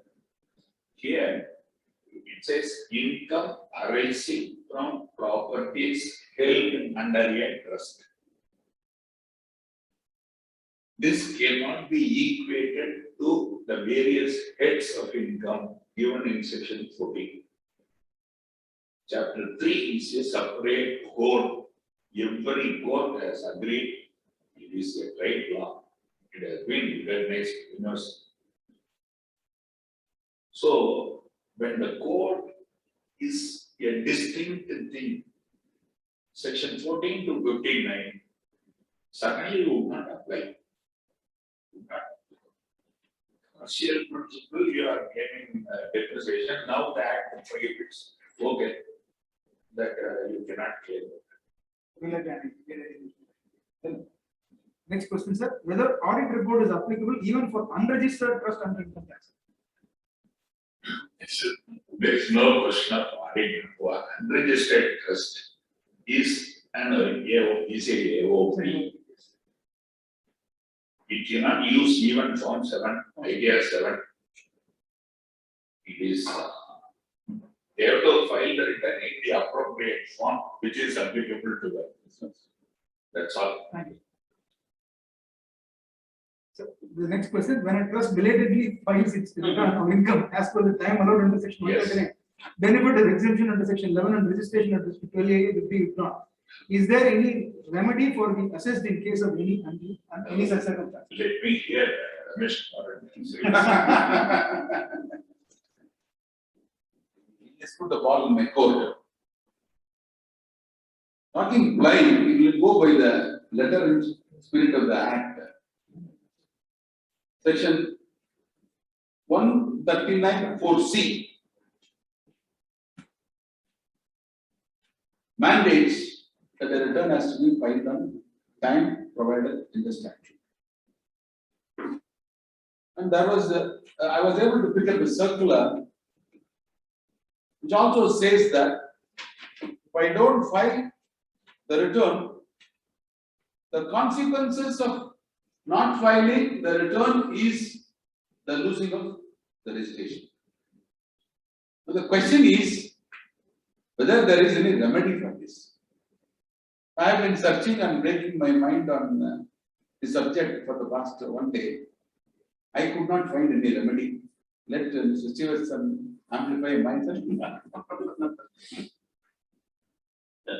The question of losing the registration does not arise. Section 13 says, if you don't file the return on time, the benefit of section 11 is not available for that year. But the registration is granted by the Commissioner of Income Tax or the Director of Income Tax. That is a distinct proceedings. The registration is intact. But for that year, definitely I am of the opinion there is no remedy except to compute the income and pay the tax thereon as an AOP. Next question. He has a different opinion. Yes. Okay. See, the statutory provision cannot be violated even by the courts. But the delay in filing the return can be condoned under 119(2)(b). Under 119(2)(b), the delay in filing the return can be condoned. So, we can advise those trusts to file a petition under section 119(2)(b) for condemnation of delay in filing the return, whether it automatically condones the delay in filing the report or not, that is open to debate. This is one remedy I could think of. That is the only remedy available, sir. 119(2) is the only remedy available. Okay, how at least Stevenson has joined to me that one remedy is 119(2)(b). And the condoning audit report also, the board can always give instruction to the chief commissioners and commissioners. See, when 119(2)(b) was applied in the case of related refunds, the authority was given to CBD. Then, when the applications poured in Delhi in lakhs, they said this can't be done here. They distributed it to the commissioners. Again, the commissioners distributed it to inspecting assistant commissioners, those days. And the inspecting assistant commissioners ultimately gave the power to the IDUs. Once in a case, Supreme Court remarked, under the Income Tax Act, the income tax officer can do anything. So, better we approach the demand commissioner exemption. In this case, we have to approach the commissioner exemption. I think they are condoning the deal. Yeah, I beg to differ. I think members can recall. A lot of trusts have omitted to file 10B or upload the 10B form in the electronic mode. There is hue and cry. The board came out with a circular saying that we will extend the time for 1 year and give the power to director exemption to condone those delays and accept 10B forms. You know the consequences of not accepting 10B is very dangerous. Your entire income gets taxed in the normal manner. Even I have got in my office cases involving crores of tax purely because of belated filing of 10B form not being condoned by Director of Exemptions, because there is a restrictive covenant in the circular issued by the government to the Director Exemption, enabling him only 1 year time limit for condoning the tax. But even the delegated power is so much restrictive. We expect remedy from Director of Exemption for not filing a return on time, maybe far-fetched. Mr. Dominic alone can appear and solve it.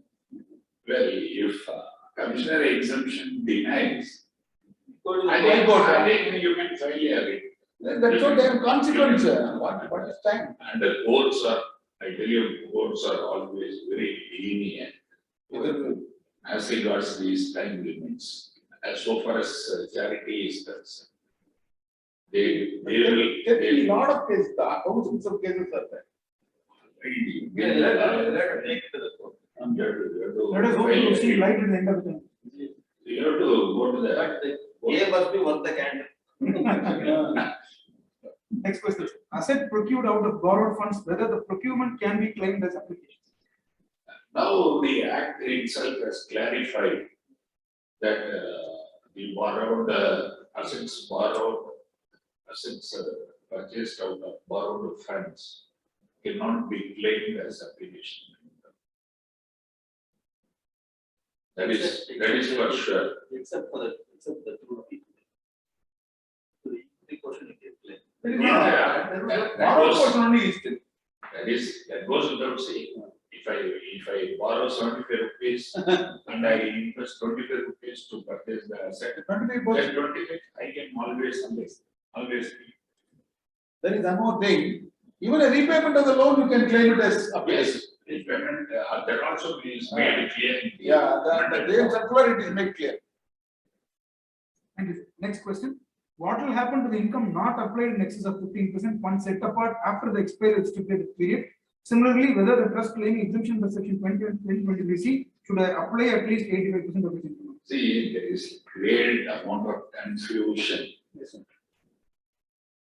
From the side of chartered accountants as well as us signals.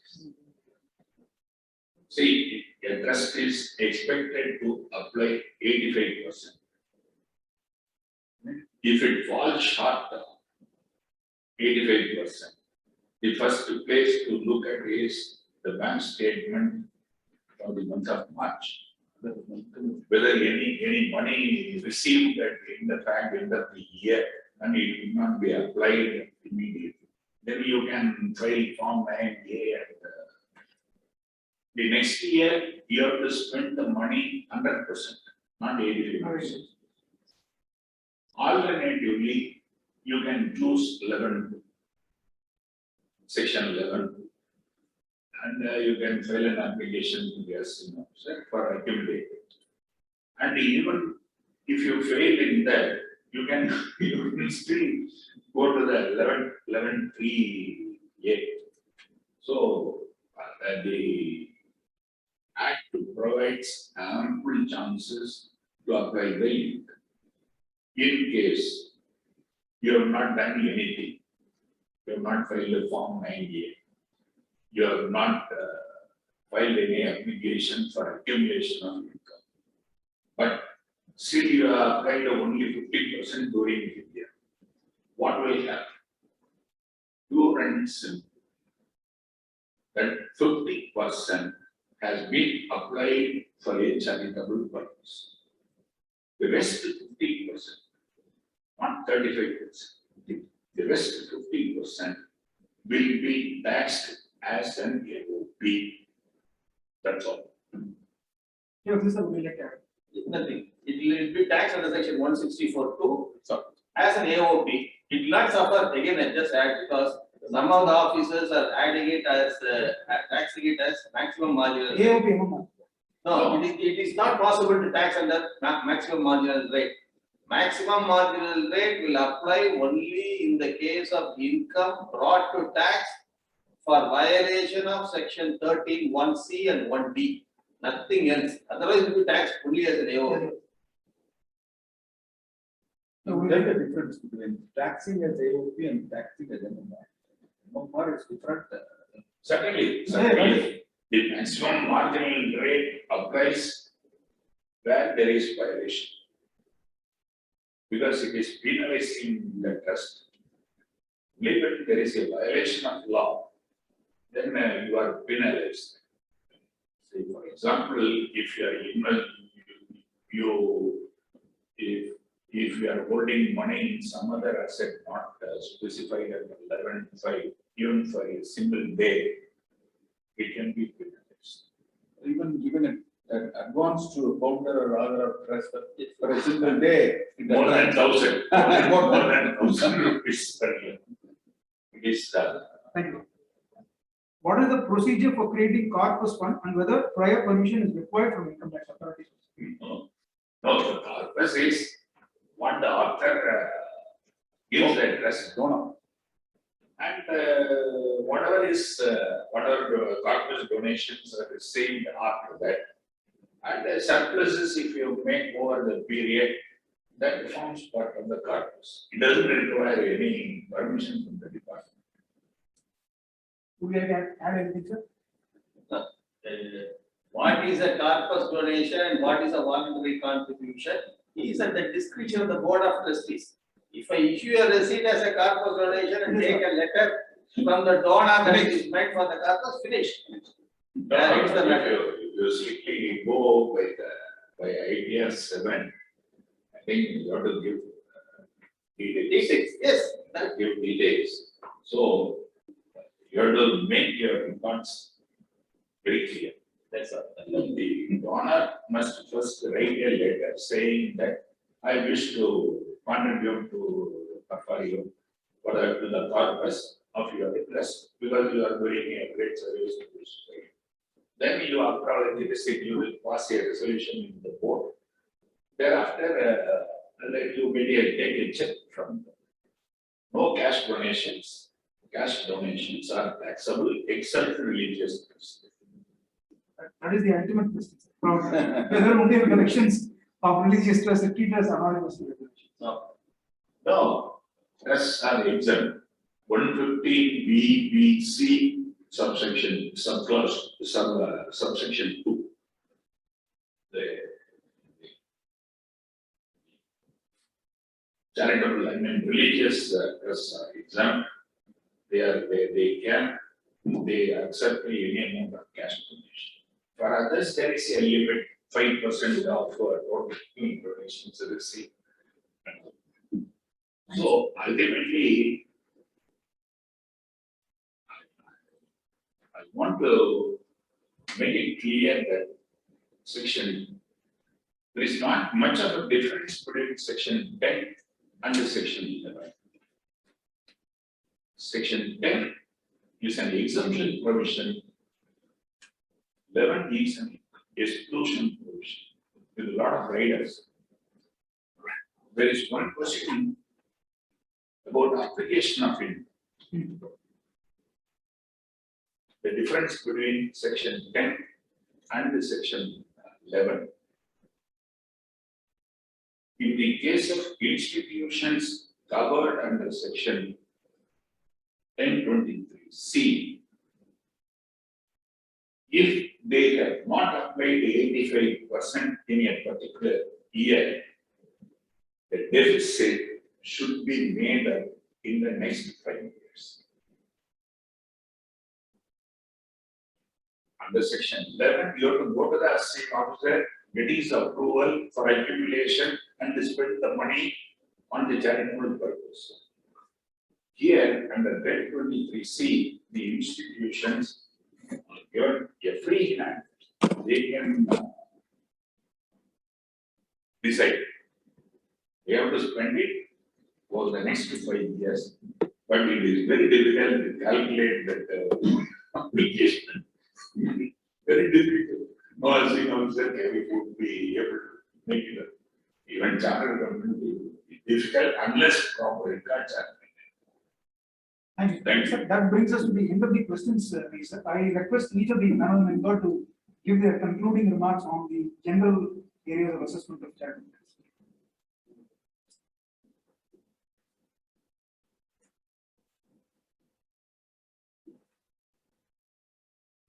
What is your the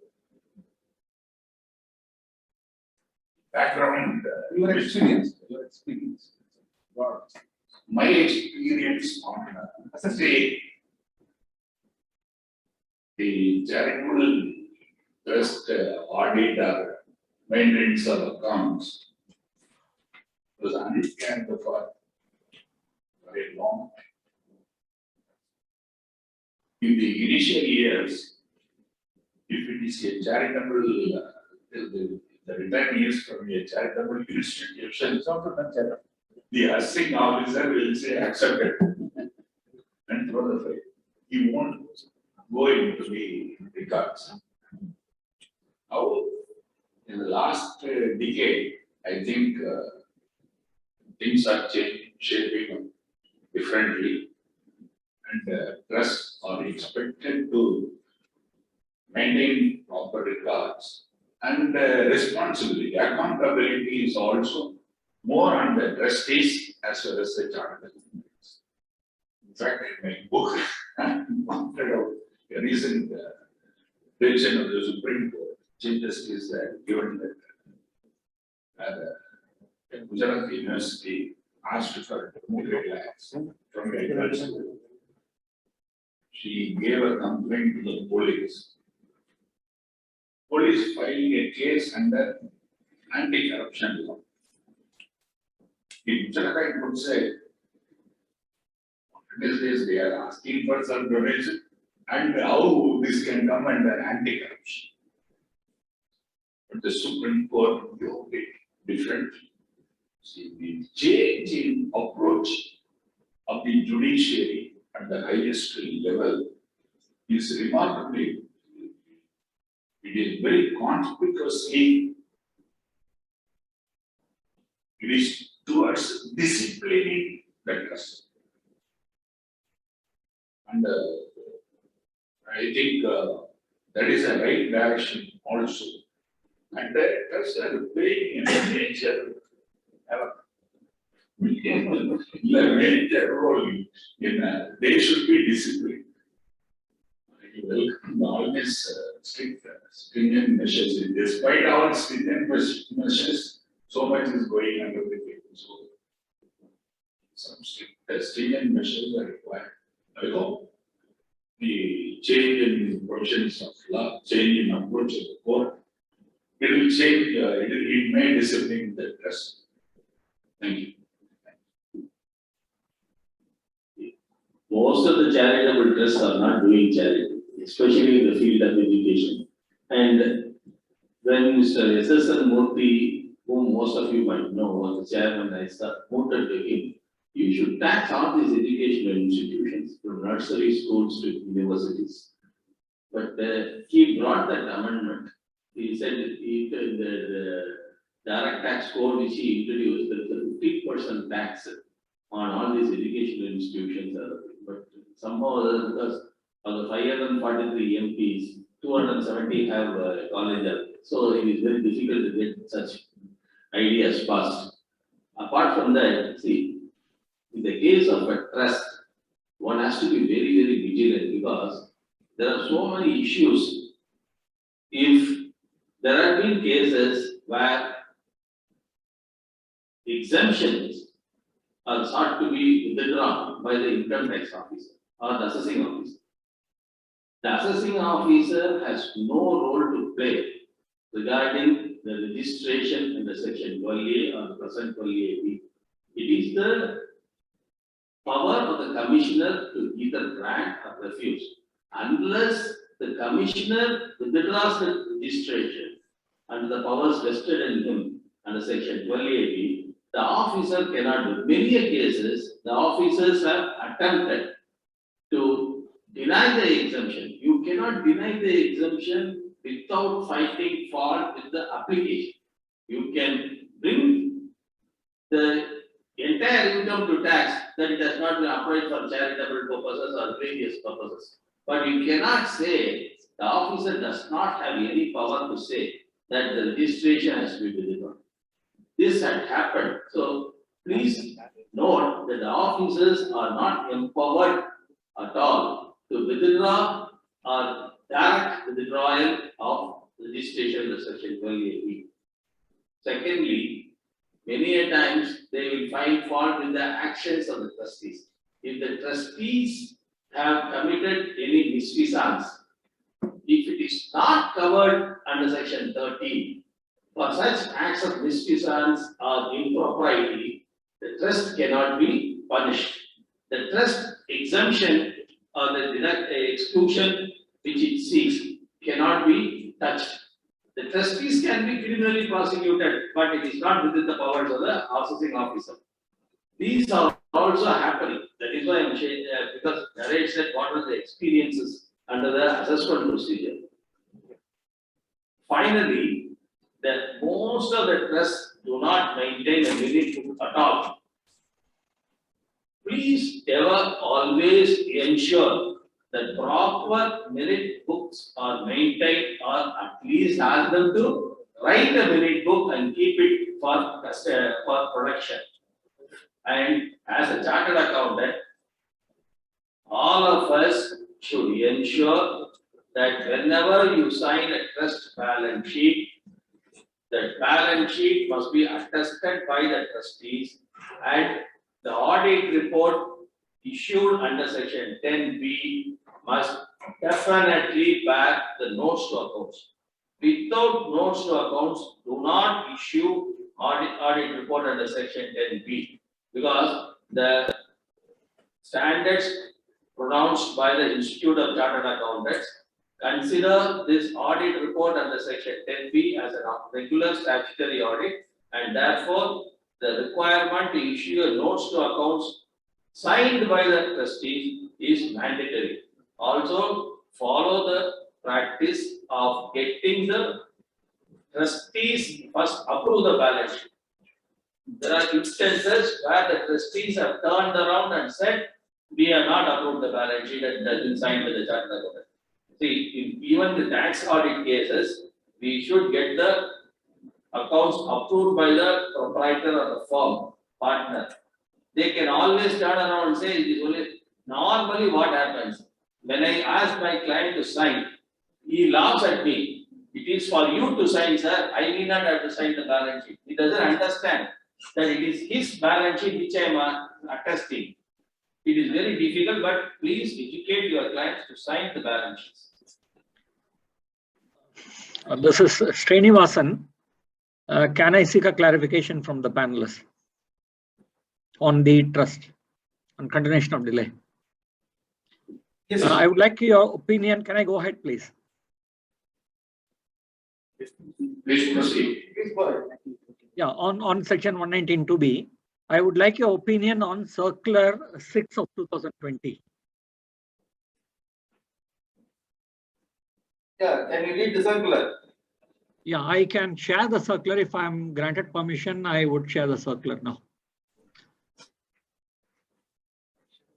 the sharing is not possible, so can you read it, sir? This is purely for academic interest. I do not handle any trust, but then I was just looking at Google and came up with that circular. So I would like to share it and take your view. Let him give me his email address. Yes, sir. I saw the circular, but I'm not able to. Sir, 6 of 2020. Yes. We do that, sir. Thank you. Ramesh Kumar. I have one or two orbiter data to Srivasan's comments. Yes. The first thing is, Mr. SSN Murthy told me, government C, the direct tax code is not passed by the parliament. It is very dangerous. So he wanted the idea of 15% and all that, but he was personally against the charity. But he had some wrong views also. See, delay condemnation in file those days, the commissioners had power to condone the delay in filing form for registration. They condoned the delay only prospectively. The courts have always held that the doctrine of relating back would apply under such circumstances. Once a delay is condoned, it is condoned from the inception of the investment, not from the day on which the application is filed. There, Mr. Murthy disagreed with me, but in one case, he retrospectively which in that's all a different matter. Now the law is working. Now there is, see, we have to search 295B whether board gets any power to convert. They can do it for a group of persons or class of persons. Not for individual cases, it can be done. I think that we will wind up. Yes, thank you. Thank you. Thank you, sir. To every one of the members, my humble advice is we take trust audit as just a go-away work, casual manner. Gentlemen, we can profess some knowledge on assessment of business and other community, other people. At least some knowledge. I won't say the full knowledge. But the assessment of a trust is complex. We can get caught in various things. Now they have introduced 40A only also applicable to trust. 40A3 is applicable to trust. Therefore, we have to go each and every line of the cash book as well as ledger of the trust to find out all these violations. And simply because we are doing a charity work, but nowadays you can't do charity because it becomes a laborious job. So you can afford to charge something and why charge something? No, when Mr. Damli wrote the book and sent it to me, the book was not carrying any value for that book. I told him casually, the book on charity is given to Ramesh Kumar on charity. Therefore, that cannot be done an assessment of trust today. Charity is all moved over to the days. Therefore, I urge the members to get abreast with the latest developments and be careful in doing the executing the work. Wish you all good luck. I wish the branch all the more development, all the more growth, all the more prosperity. Thank you. Thank you, sir. Thank you, sir. On behalf of the Managing Committee of Charitable branch of ICAI, I thank each one of the panel members for having commemorated this Golden Jubilee with probably a diamond of its crown. Thank you very much. Thank you for the patient listening members. Thank you. Jai Hind, Jai ICAI.